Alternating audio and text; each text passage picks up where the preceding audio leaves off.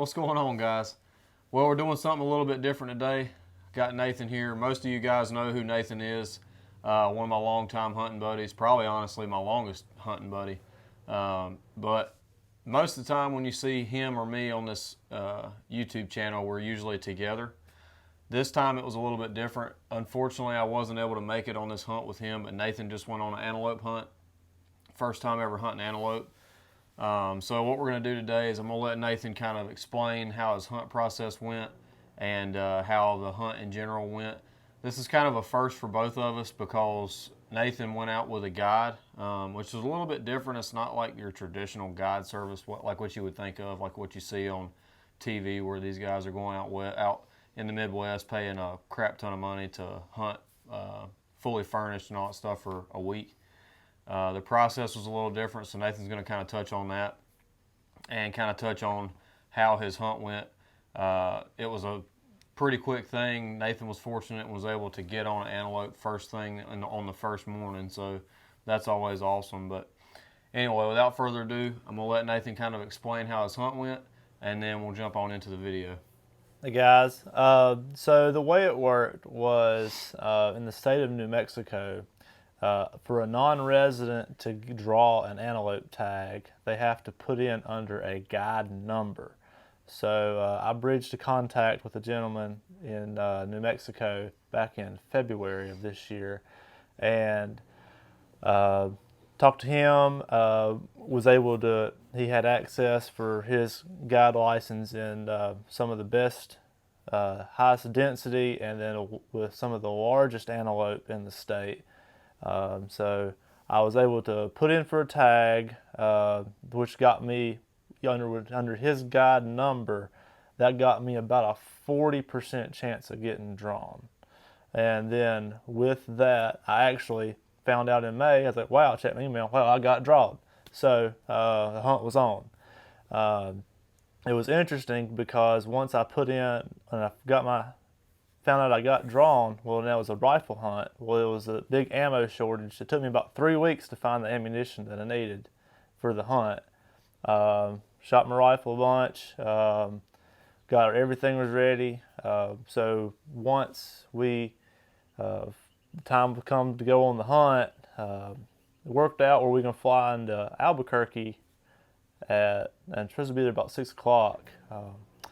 Luckily, my wife, since I was going by myself, my wife decided she wanted to come along, and it worked out well because our flight was delayed, and we ended up not getting to Albuquerque till about 9 o'clock that Friday night, and we still had a 4-hour drive beyond that to where we were going to hunt. And so Danielle drove, and I slept. And that worked out well because we didn't get to Clayton until about 1:30 in the morning, and I had to meet my guide at 4:45. So it was a short night, but we met up with him at there in Clayton, and we rode out onto the prairie. We were about 6 miles from a hardtop road where we started, and right out the gate, we get up, we start glassing a huge section of prairie, and you can see just for miles and miles. And I set Caleb's camera up. It was going to be self-filmed. Had a nice spot, vantage point where we could both be looking through our spotting scope, sun coming up, and I set the camera up to the side and hadn't but just walked back to the spotting scope, and I look, and just this big gust of wind comes by. And Caleb's camera just... I felt so bad for him when he called me about that. I was just sick to my stomach immediately. And the sun hadn't even fully come up yet on my antelope hunt. And I done dinged the camera lens. And so, but anyway, we glassed up several antelope. It's amazing as you hunting these animals that you can watch a certain area and not see a thing, and then all of a sudden they just stand up. They'll just appear. As they lay down in the grass, you'll never see them. And then you can glass, as you pan across and you pan back, well, there's antelope. He wasn't there a minute ago. And they've got excellent eyesight. One of they're the fastest land animal in North America. They cover just such a huge amount of area, browsing and feeding.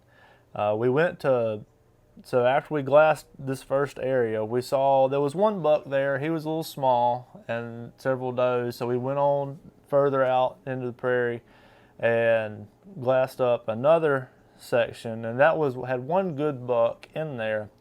But we were going to leave him alone, and we were going to come back to him later in the morning had we not seen anything else. Which, let me say something here. You're not going to see a bunch of this in the film because you got Nathan is brand new to this camera. I bought this A7 III a few months ago, and it's the first time that he's been around it or used it, so he was kind of getting familiar with the buttons and what everything does and all that stuff. And then you've got the guide, which he's carrying the camera around most of the time, and of course the main thing on his mind is trying to get Nathan on an antelope.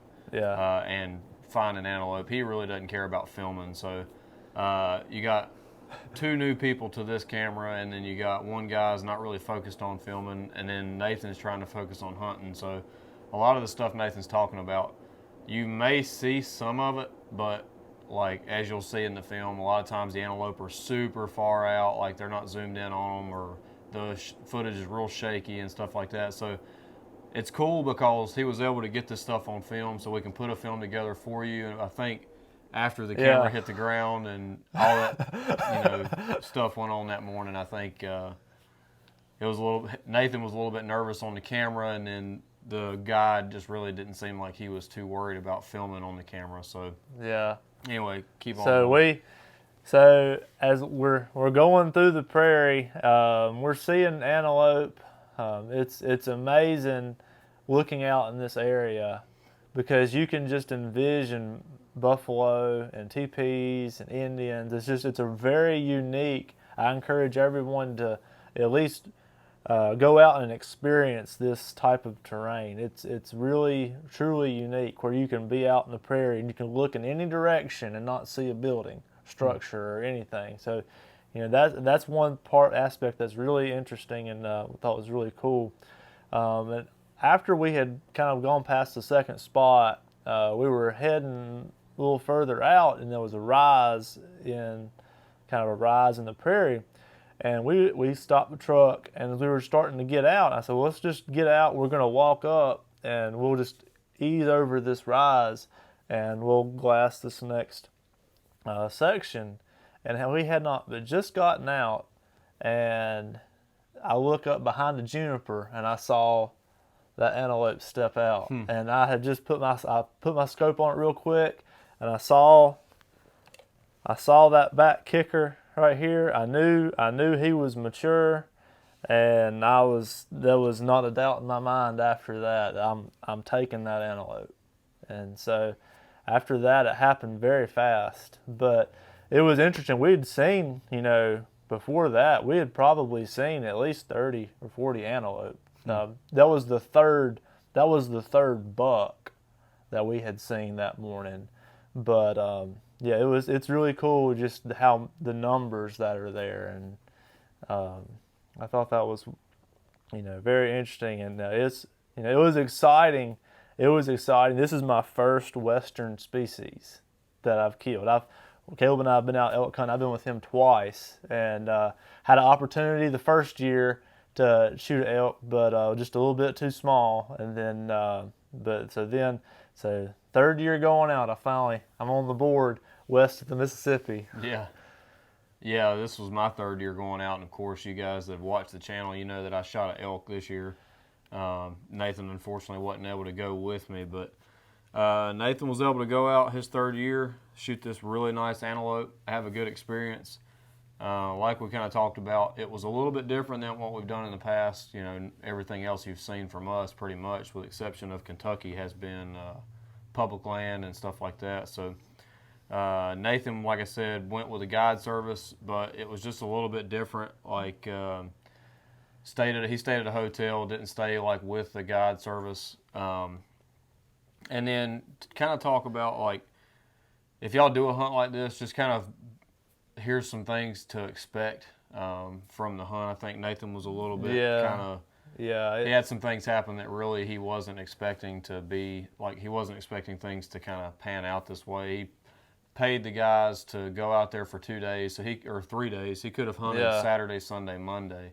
Fortunately, he was able to kill Saturday, but once he killed, the guy pretty much was just like, out. Checked out, see ya. Yeah. So, and like when we picked, I mean, I feel like that once it's like we got back after we killed, we dressed the animal right there. That's one thing with the antelope, you want to make sure you get the hide off really quick, because like within an hour it will spoil. The meat will spoil if it can't cool down. It was cool out there. It got up in about 80 during the day, but in the morning it was in the low 50s, upper 40s. So it was crisp that morning. But, after we killed, one other thing was, there was a truck came up, and we had was talking with another guy, and we had some, I feel like they could have done a little. I think my guide should have done a little bit more planning on as far as how we were accessing this public land.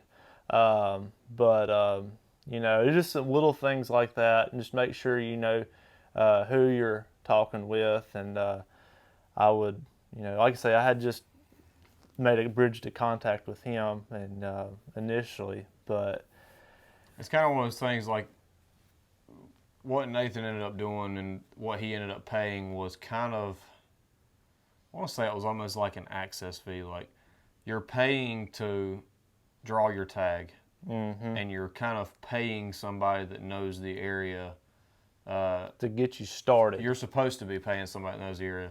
Unfortunately, it seemed like the guide that Nathan had, the guide service that he had, I don't know if they're a newer guide service, if they're just, I don't know, but there were some things that, there were some shady kind of things going on that Nathan just wasn't really comfortable with. So, at least from talking to him, I don't think he would recommend these guys specifically, but the hunt in general. The hunt in general is awesome. I encourage every single person to put in for an antelope tag and just have the experience. It's truly different from any other hunt that I've been on. I mean, it's spot and stalk, it's glassing, it's different. It's just something completely different. Yeah. But so without further ado, let's jump on into the film. Nathan and I are going to sit here and watch this together, and I think the film turned out great for what we got, and let's go ahead and jump on into it. Please hold on. This train is departing.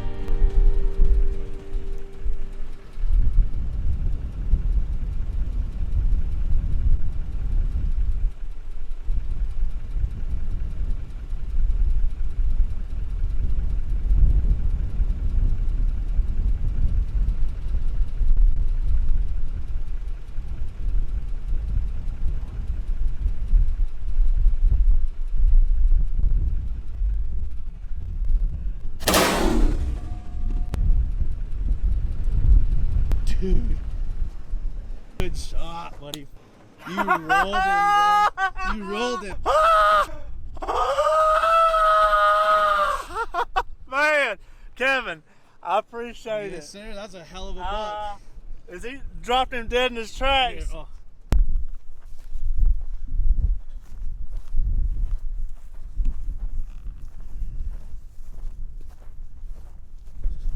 You liked him when you looked at the scope? I liked him when I looked at the scope, man. Dude, he didn't even move. Wow. Oh, he's still kind of alive. A little bit in front of you. Just look.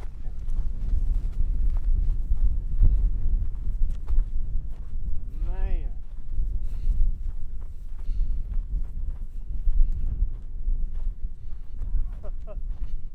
Wow.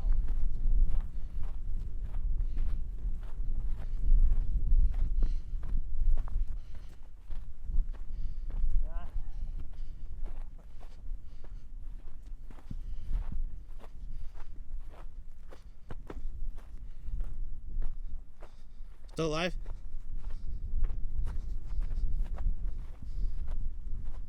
Oh, you're good. Oh, man. Wow.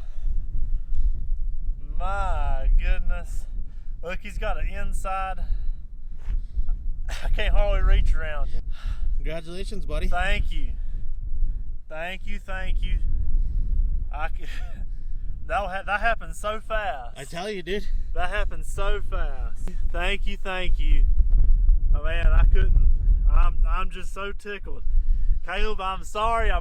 We started to film this morning, and I set your camera up just like we talked about Thursday night, and the wind just blew it over. And I'm telling you, it's just like I've been sick to my stomach ever since. And holy smokes, on the board in New Mexico, first morning. It's probably not even 8 o'clock. Wow. Speed goat on the ground.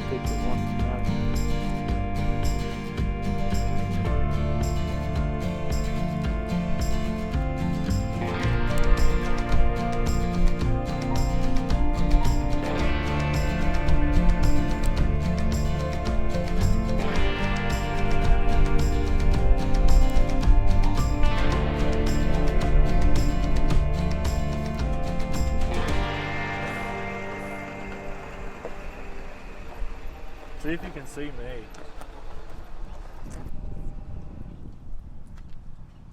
You have to kiss him, Danielle. You won't get a kiss from me. That's so cool. It's very cool, but it's kind of very gross at the same time. This is what I've been working 3 years out west to get some bone on my hands. Look all the trash he's got on him, Danielle. Around his horns. I like that kicker. Danielle, as soon as I saw that kicker, I knew I was going to shoot him. Look, he's got 2 of them. I didn't notice that. That's what I was doing, Caleb. I was sitting out in the Super 8 parking lot, just admiring my horns. Yeah. Showing them to strangers. That's the joys of taking your wife hunting with you. Yeah. All right, guys. Well, we appreciate you watching the film. Hopefully you enjoyed it. I know Nathan enjoyed filming it, and I enjoyed editing it and putting it together for y'all. But think he had a blast. I'm definitely jealous yeah. I didn't get to go. I wanted to go out there and film and just hang out and stuff like that. But one of the joys of being in the military is sometimes you got to work the weekends. All right, guys. So before we go, just want to mention the website. It's down below in the description below. I've changed the website address, had some things going on the last little while, but if you're interested in getting some of the Buffalo Creek gear, go check the website out. We'd definitely appreciate your support and things like that. I've got some really cool things coming out revolving around the Buffalo Creek merchandise and the website in general, so keep an eye out for that. If you have anything archery related or anything like that, go check out the guys at Grafton. Give them a call. They help support what we've got going on here, and I appreciate those guys tremendously. They always take care of me. So if you got anything archery related or Garmin or anything like that, go check those guys out. I just recently purchased one of the Garmin inReaches, so pumped to use that. I'm getting ready to leave on my Montana elk hunt here pretty soon. I got about a week for that. So like I said, guys, we appreciate you watching. Remember to live your life to the fullest and use your passions to bless others. We'll catch you on the next one.